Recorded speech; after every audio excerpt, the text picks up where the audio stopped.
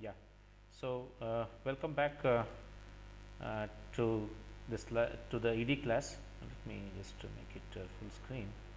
Okay. Last class we were discussing about classification of materials such as insulators, semiconductors, and metals. This we have seen with reference to the energy band diagram. Energy band diagram. You can see that we have told this. This multiple energy states. When we have many atoms together, we have many energy states. This horizontal line represents multiple energy states, since there are many atoms present uh, in this band formation. So each line corresponds to the energy state of a different atom. So this forms a valence band at lower level, and there is a conduction band on top of this. So there is a gap called as a band gap, which separates valence band and conduction band. That's called EG. To make this diagram more convenient, we can show this bottom line here with a single horizontal line here, which we call as EV. EV stands for valence band energy level. Of course, y axis is energy level, and this bottom line here represents maximum energy level of valence band. That means the whole energy states can be, the top line, top of this can be shown as a single line. So this is more convenient in drawing energy band diagram than writing multiple states with reference to many atoms.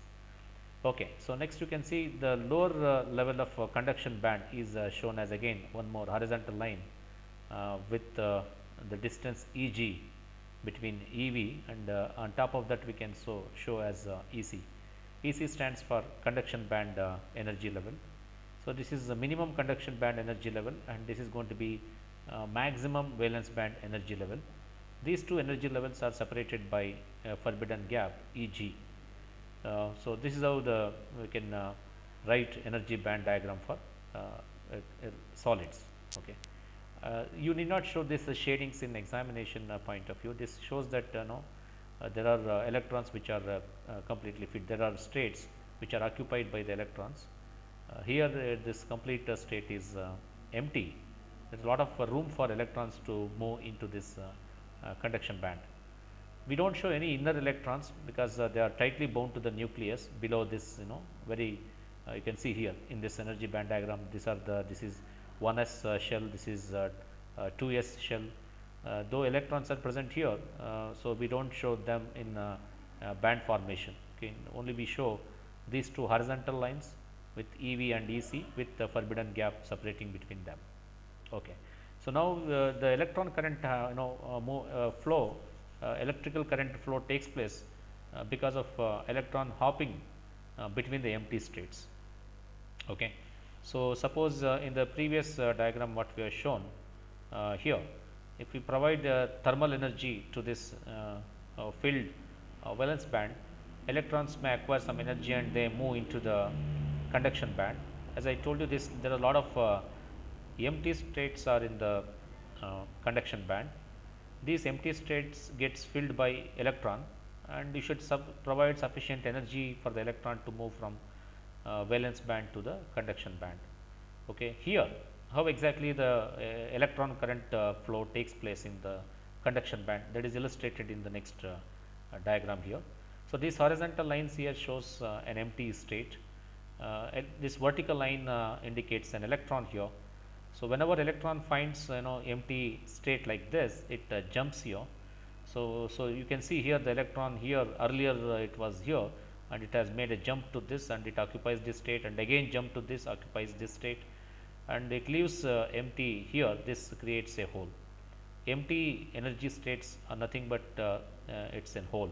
Okay, absence of electron can be considered as a presence of hole. So this is how the electron current flow takes place here. So electron keep hopping between the empty states.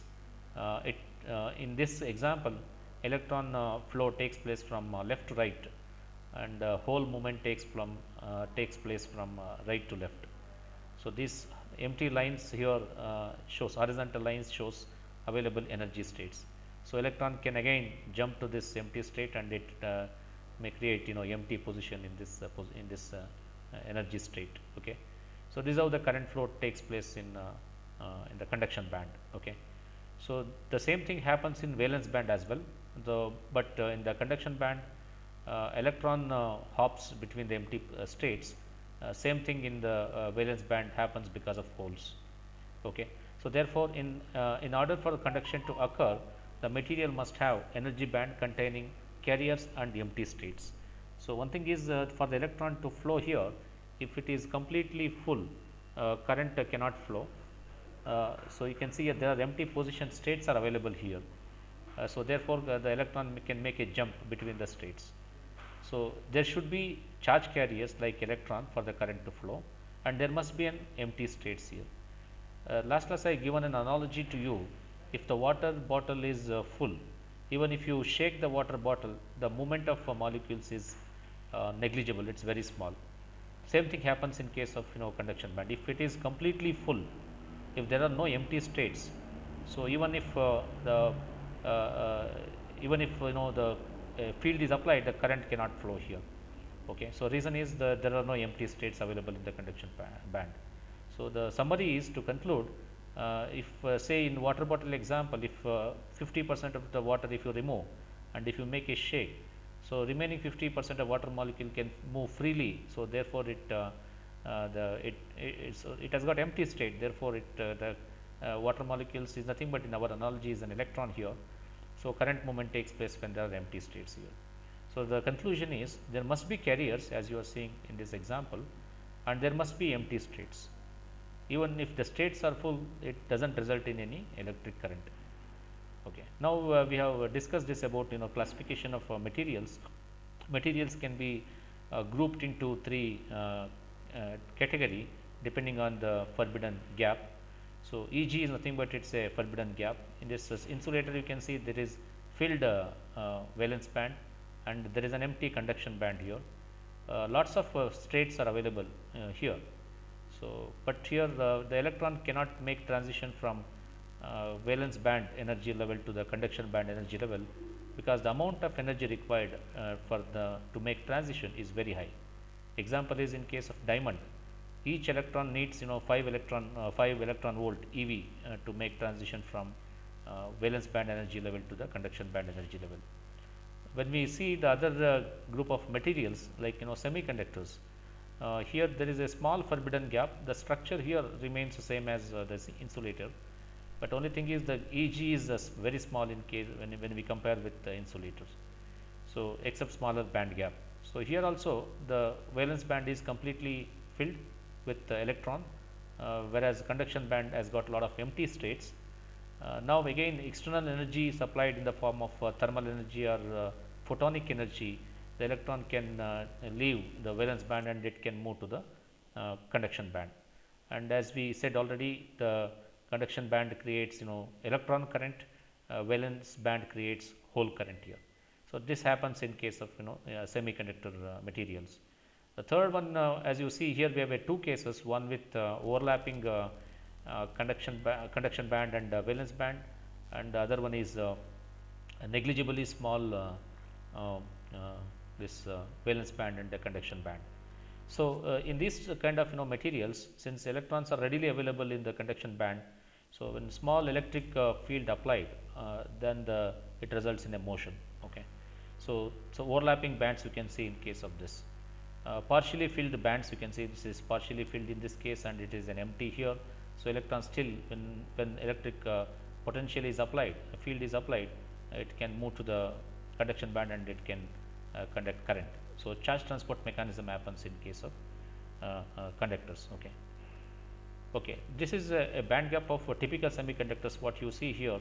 So, we have column 4 elements like carbon, silicon with the different band gaps. You can see silicon which has got 1.12 electron volt, germanium has got smaller band gap which is 0.66 electron volt. On the other hand, if you see gallium phosphide has got 2.25 with large forbidden gap. Okay. So, like this you can you can synthesize materials, different materials with different band gap. And each of these materials what you see is used in variety of electronic applications. As we know already, gallium arsenide is used in light emitting diode and laser manufacturing.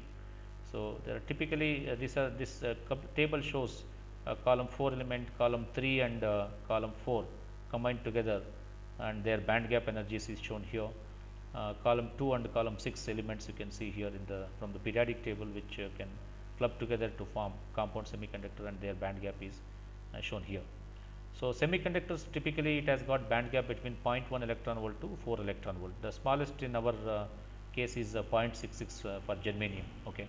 So, their atoms are spaced compared to silicon. Okay.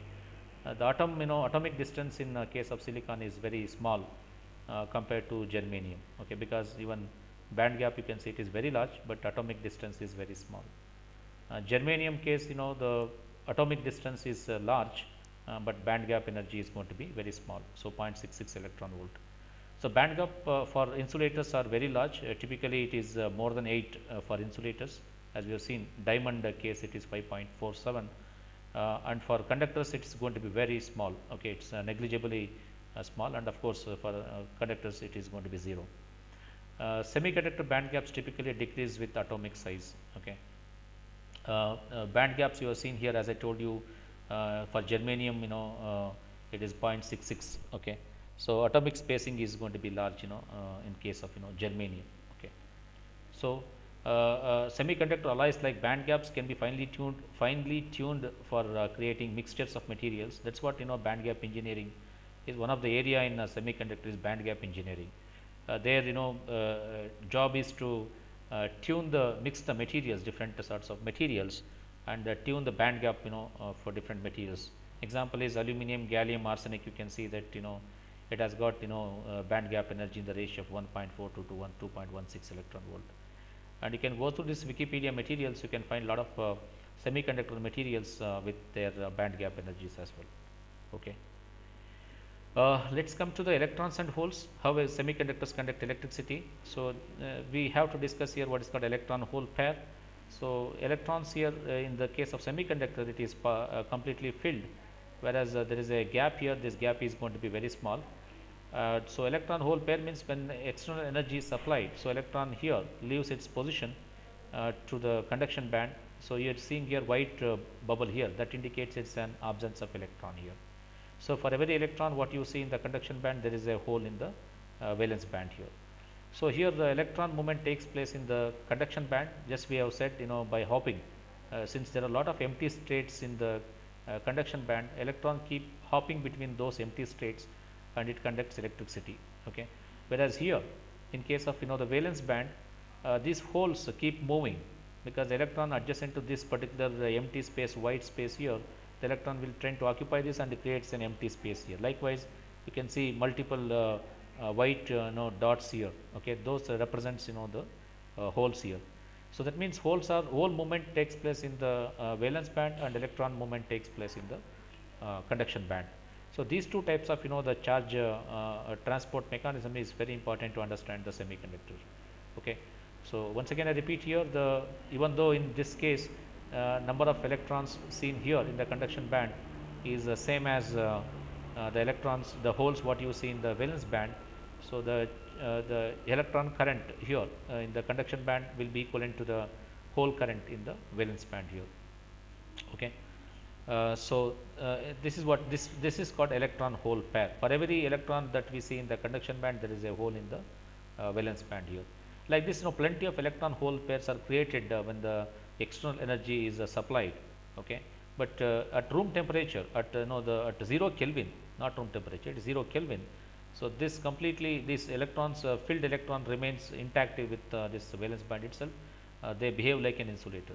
When the temperature is elevated, then you can see this electron hole pairs here. Okay. But at 0 Kelvin we do not see this electron hole pair formation, therefore, this complete material remains as insulator. Okay. Okay, this we have seen this last class. This is intrinsic semiconductor, which is a perfect semiconductor crystal with no defects or impurities in that added. As you can see here, these are the silicon atom here, and this line indicates the electron which are involved in the covalent bond formation between these two silicon atoms. So, N indicates number of electrons and P indicates hole concentration. So, absence of electron here because here since temperature has been increased, this electron which was present here has become free now here, and this has occupied, this empty state indicates a hole. Okay. Likewise, this electron here present here may occupy this position and it may create hole here. Like this, the whole movement happens in the valence band and electron movement happens in the conduction band. So now we have to arrive at a formula. N indicates electron concentration and P indicates hole concentration. That will be equal to Ni, which is a constant, okay, intrinsic concentration, whose unit is per cubic centimeter. Okay, so this is the intrinsic concentration here. So for intrinsic materials or pure semiconductors, number of electrons will be equivalent to number of holes, which is equal to Ni, which is a constant, of course. So since electron and holes are created in pairs, the concentration of both are going to be equal. Okay. Question here is, if you elevate temperature, will Ni increase or decrease? So definitely see Ni increases with the increase in temperature. But if you look at other hand, if EHPs are constantly being created, why is not the carrier concentration constantly being increasing? So here the reason is, even when the temperature rises here, though electron hole pairs are created, at same time the recombination also you should not forget it. Recombination means electron coming back to its valence band empty state. That's called recombination here. Therefore, EHP remains constant even though temperature is elevated. Okay. The EHP formation, electron hole pair formation, with the increase in temperature, it may not increase, it remains constant because there is a recombination process that will happen simultaneously. Okay, now let us see this intrinsic carrier concentration with variation with temperature for different materials. We have for germanium, silicon and gallium arsenide. Since germanium has got a small band gap, its intrinsic concentration, you can see it is at 300 Kelvin, it is 2.5 into 10 to the power of 13 per cubic centimeter. Whereas for silicon it is 1.5 into 10 to the power of 10 per cubic centimeter. Whereas for gallium arsenide it is going to be very small, so it is 2 into 10 to the power of 6 per cubic centimeter. So this shows that the materials having a smaller band gap has got higher intrinsic concentration Ni. And as we move from right to left, you can see that temperature it keeps increasing from 250 Kelvin. We are moving towards 500 Kelvin. Therefore, intrinsic concentration also keeps increasing. Okay.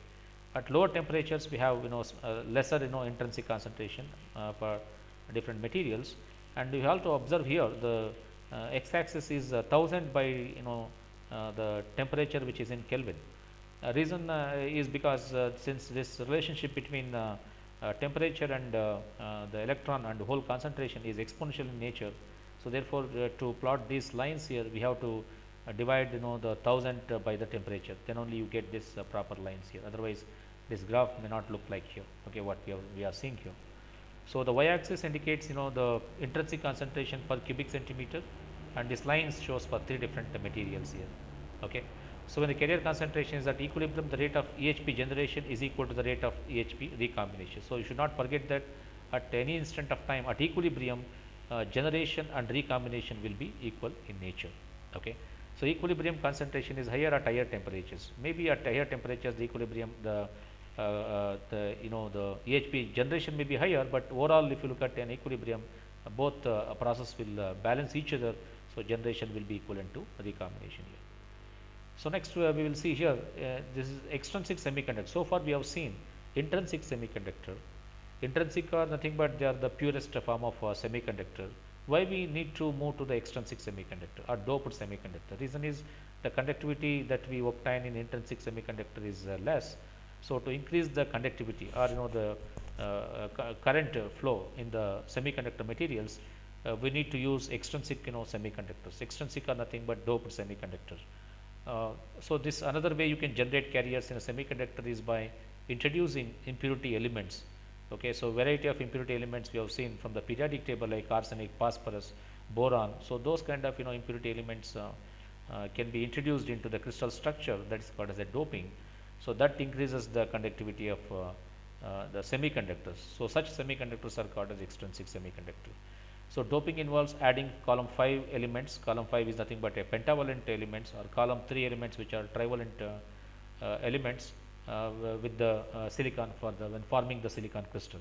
So that becomes, that type of semiconductors are called extrinsic semiconductors here. In extrinsic semiconductor, if we dopant atoms are like column 5 elements like phosphorus, arsenic and antimony. So you see excess electrons in the conduction band. So there is increased electron concentration in the conduction band that we show it with small n. So those are called as a donors. For every impurity element that we have added here, that created the increase in electron. So each element creates one extra electron here. So those kind of impurities are called as a donor impurities, or in general we can call n type of impurity. Okay, n type semiconductors. Okay, in n type semiconductor, donors donate electron, and that is responsible for increase in electron concentration in n type semiconductor. On the other hand, if you dope pure silicon or intrinsic semiconductors with the column 3 elements like boron, aluminum or gallium or indium, these kind of column 5 elements of a periodic table, that increases hole concentration in the valence band. Okay, so this majority charge carriers in the p-type semiconductors are the holes, because they are large in number, since we are doping it with column 3 elements of periodic table. So those impurities are called as acceptors, because they create the p type of semiconductor. Reason is you are creating an empty state by adding column 3 element. Okay, so empty states always attract electrons. So more the empty states you create, that means you are creating more holes in the in the valence band here. So this type of semiconductors has majority charge carriers as holes. Okay, so you can see here doping with pentavalent impurity, like the phosphorus with the silicon. This is a crystal lattice what you are seeing here. So you can see the covalent bond formation. This silicon atom forms covalent bond with adjacent silicon atom here. Since the impurity element introduced here is phosphorus, which is column 5 element, so this has an extra electron here, 4 electrons of this. This is what individual atom, if you visualize for the phosphorus, which is shown here. 4 electrons here, outermost orbit, that forms covalent bond with adjacent silicon atoms.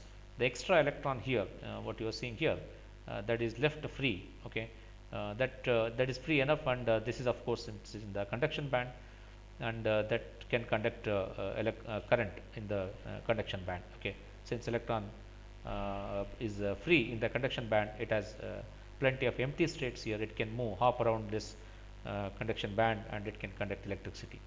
Okay, so this is the crystal lattice with added impurity element to what you are seeing, okay, into the crystal lattice.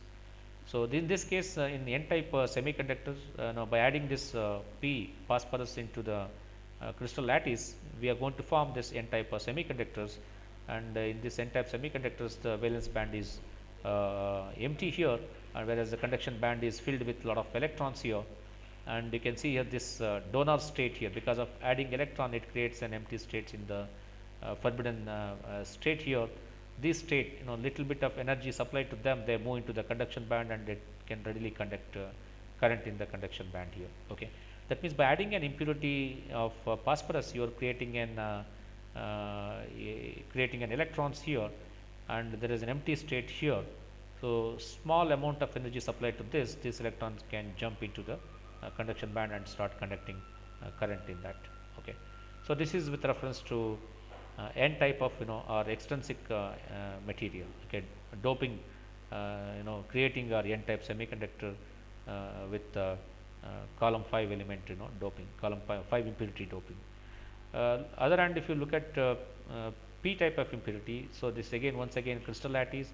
Now in place of phosphorus, what you have seen previously, you are seeing here boron, which is a trivalent in nature. This is what the structure of the boron. It has got 3 electrons in the outermost orbit, and since 3 of them form a covalent bond with adjacent silicon atom, but your 1 electron is required here to form covalent bond with silicon. Since there is an absence of electron here, this forms an empty state. Okay, so for every boron added here, it creates an empty state in the forbidden gap here. A small amount of energy is applied here, so that electrons can jump to this, and it can create a lot of empty positions in the valence band, and it creates whole current in the valence band. Okay, so now to summarize here what we have said so far, The perfect silicon crystal as a band gap where there are no energy states. That's what we have seen in case of intrinsic materials. Adding dopant introduces energy states within the band gap. You are seeing here the donor which are shown here between the EC and EV. These are the empty states created because of adding pentavalent impurity into the pure silicon. Okay. So, this is at 0 Kelvin the band structure what you are seeing, whereas at 50 Kelvin you can see that these electrons which we have created by doping pentavalent impurity, these electrons can easily move into the conduction band and it can create conductivity in the conduction band. Okay.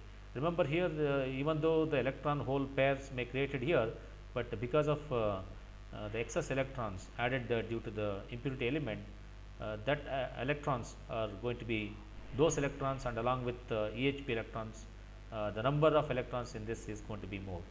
As you can see, there are a lot of empty states in the conduction band, and electrons available is also more. Therefore, this conducts current, because here the conduction of current happens because of the electrons here. In case of acceptor, you can see there is again at 0 Kelvin. By adding trivalent impurity elements, we are creating an empty state, donor impurity state in the very close to the valence band here. So, here again once we supply additional temperature or electric field, once we apply, since this you created an empty position by adding an impurity here, the electrons here start occupying those positions and create holes here. Okay. So, you can see here we are creating many holes in this in the valence band here at 50 Kelvin because of temperature rise. So, more number of electrons jumped into this empty state which created due to the impurity element, and it created a lot of holes in the valence band here. Okay. This causes hole current in the valence band here. Okay. That is about classification of materials. This is what more clear in this case. This is a donor impurities with at 0 Kelvin, and the same impurity elements moving into the conduction band and electron becoming free at 50 Kelvin. Likewise, you can also show for valence band as well. Okay, acceptor and donor impurities you can show here. Okay. Now, let us go for calculating of carrier concentration here. So, carrier concentration is important because from that we can determine the ability of a semiconductor to conduct. Okay. So, we need to estimate here electron concentration and as well as hole concentration. So, a statistical approach can be used to calculate carrier concentrations. So, to do this we need to have two different things. One is Fermi Dirac distribution function. We can estimate the carrier concentration from this, and also the number of states available, density of states also can be calculated by using Schrodinger equations here. Okay. So, using those two things you can easily estimate the carrier concentration here. Okay. Okay, with that let us move on to the notes here. This is to determine the carrier concentration here. This topic which we are discussing in today's class is the drift of carriers in electric and magnetic field. So, as I told you, knowledge of carrier concentration is very important in a solid, because to calculate the current flow depends on the carrier concentration. So, in the presence of electric and as well as magnetic fields. So, in the presence of these two and also the carrier concentration, you can easily determine the current flow in an electric field.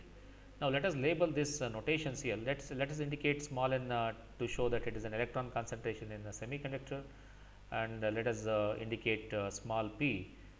This is an hole concentration in a semiconductor.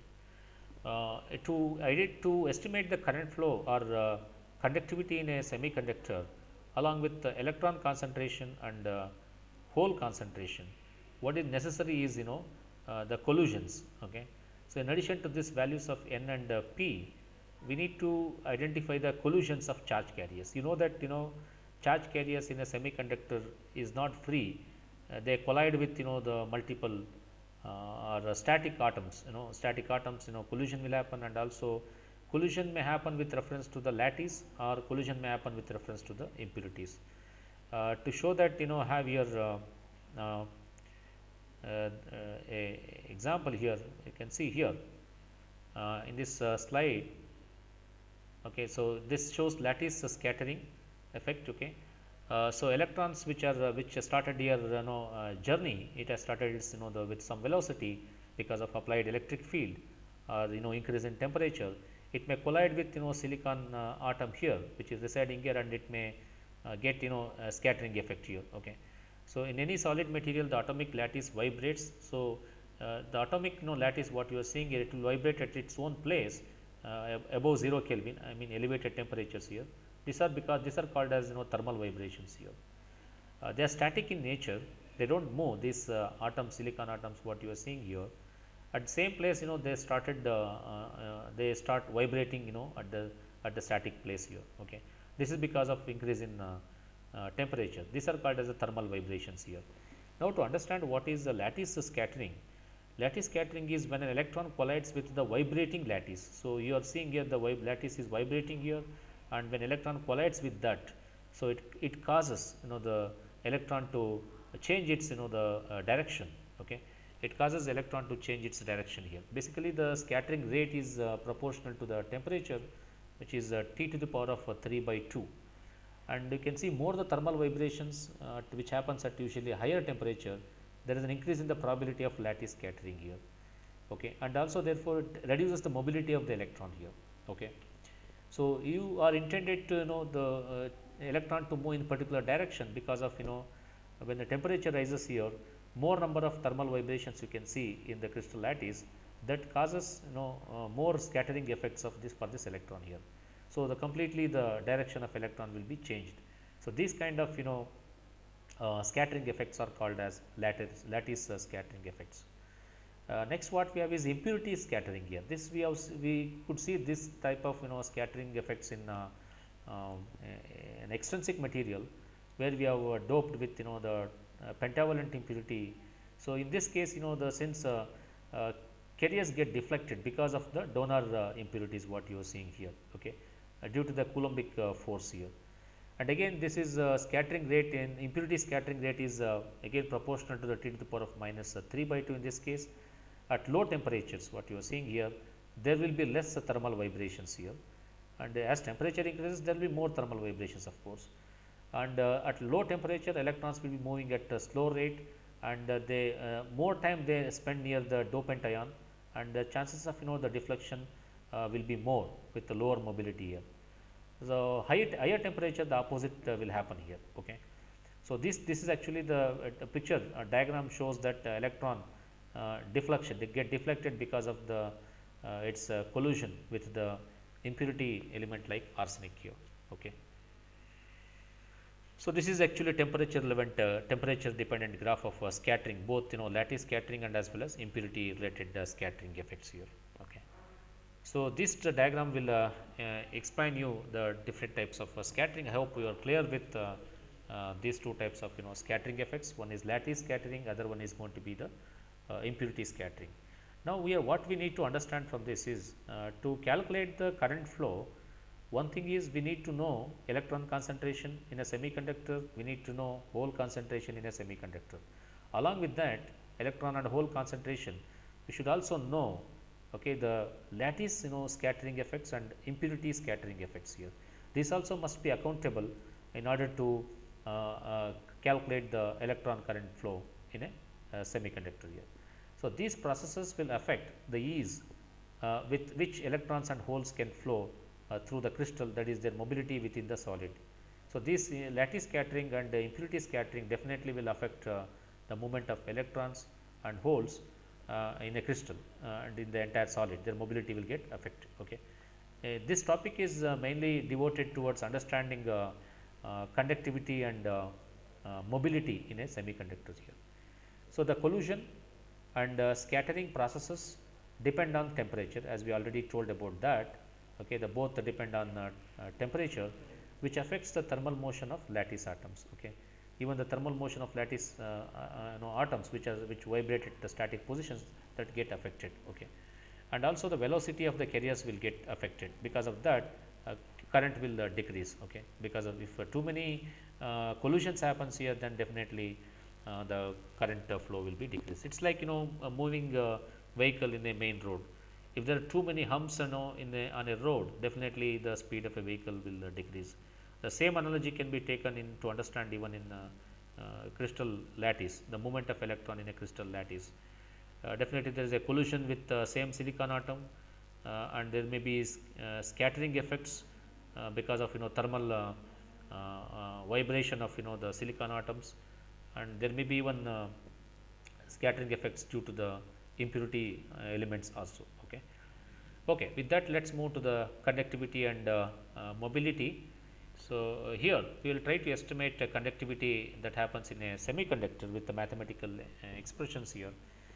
Students are informed to go, this is a qualitative analysis, do not pay too much of attention to the derivation part, since in our syllabus we have only qualitative discussion. Only thing is you need to remember the equation, final resulting equations, instead of focusing on the derivations. Okay, I expect here I look forward from your side to remember the equations and the terms which are present in the equations, instead of going through the derivation. Derivation is not important, since in examination we will not ask you to derive, but instead we may ask you to solve problems based on a final result. So, let us take this conductivity and mobility. The charge carriers in a solid are in constant motion, okay, when we apply some electric field event because of thermal equilibrium. At room temperature, the thermal motion of an individual electron can be visualized as it is random scattering, or it may be due to the impurity scattering. These effects we already explained. So, random scattering is due to the lattice vibrations, and impurity scattering is due to the lattice impurities, and even other electrons, and even for the defects what you find in the crystal lattice, that may create impurity scattering here. Since the scattering is random in nature, we can't say that it occurs in periodically in case of crystal lattice. The electron may go with lot of force, and it may find several collisions with defect elements, defect atoms, or it may collide with thermally oscillating the silicon atom. So, a lot of things may happen because it's going to be random in nature, and there is no net motion of group of n electrons per cubic centimeter. Okay, so if you look at at increased temperature, there will be no net motion of group of n electrons. What do you mean by net motion? Here net motion in the sense, you are not seeing, since though the temperature is raised or elevated, you don't see all n number of electrons in a semiconductor moving in the same direction. Okay, so n electrons in a per cubic centimeter area, if you consider, you don't see all these n electrons moving in a particular direction here because of scattering effects here. So, there is no net motion over any period of time. This is not true for an individual atoms. Individual atom may be different. Let us visualize that how exactly individual atom movement takes place in a crystal lattice. The probability of individual electron returning to the starting point after some time t is negligibly very small. You can see here in this picture, what you are seeing here is, if electron starts its journey from this point, and it say it collides with thermally vibrating silicon atom, and it may change its direction like this, and it may go another direction like this, okay, and it may collide with different maybe the silicon thermally vibrating silicon atoms or defect atoms, and it may take multiple the dimensions here. Okay, and here what we are trying to say is, the chances of finding individual electron returning to the starting point, here we have started with here, and see here this in this picture we have shown ending is here. So, the net distance, if you measure here, the electron returning to the starting position or starting point is going to be very small here. So, this diagram shows the random thermal motion of an electron in a solid. Okay, this is how the individual electron moves in a solid. Let's now take up this is with reference to single electron. For a large number of electrons, let us say, okay, maybe say in a cubic centimeter, if you see 10 to the power of 16 in an n-type semiconductor, what will happen? So, there will be no preferred direction of motion, even though the large number of electrons are moving. All these n number of electrons, 10 to the power of 16 in per cubic centimeter, this may number of electrons in n-type semiconductor, they are not moving in any specific direction. in any particular directions here. So because of that, there is no net flow of net current flow here. So current flow in this, even though individual atom also we have seen, and also we have seen a group of electrons also we have seen. Individual electron, again, chances of moving in particular direction is less, or even arriving at the same position is also very less. For a large group of number of electrons, since they are not moving in any specific direction of motion, so there will be no current flow. Let's take an example here. Suppose if I place assume that I have a conductor here. Let's take a small rectangular conductor like this, and if you draw a vertical line here like this, and if you can calculate here how many electrons are moving from left to right like this, and how many electrons are moving from right to left here, okay, this will tell you whether it results in any current or not. Basically, what is current? It is the rate of change of movement of charge particles with reference to time. Di by dt, that's going to be the current here. Okay, I is equal to dq by dt. Okay, that means the charges should move with reference to the fixed position like this. How many electrons charge carriers are crossing this vertical line? That will tell you the current here, electron current here. Okay, but as a group of electrons, see, some electrons may be moving from left to right, and there are chances are there equal number of electrons may be moving from right to left. So in a net flow, if you look at here, maybe say 70 electrons may be moving from left to right, 50 electron may be moving from right to left.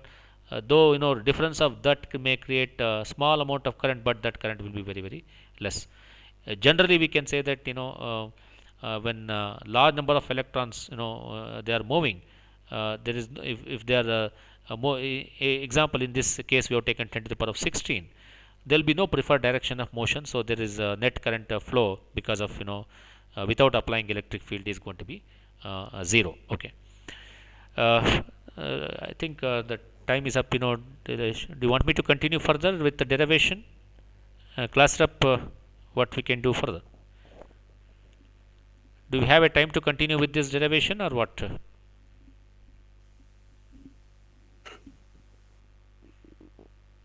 Sir, your wish, sir. Yeah, which class we have next after this? DSD, sir. Okay. What I will do is, from this year onwards, I will continue from the next class, because here we jump into the derivation. From derivation, we need to know each and every concept here. Okay. So, for example, applied electric field, the force due to the electric field, these things we will discuss in the next class. Even though if I take up now, we may end up with the 50% derivation completion. So, next class, we will start with this derivation here. Till now, whatever we covered, do you have any questions?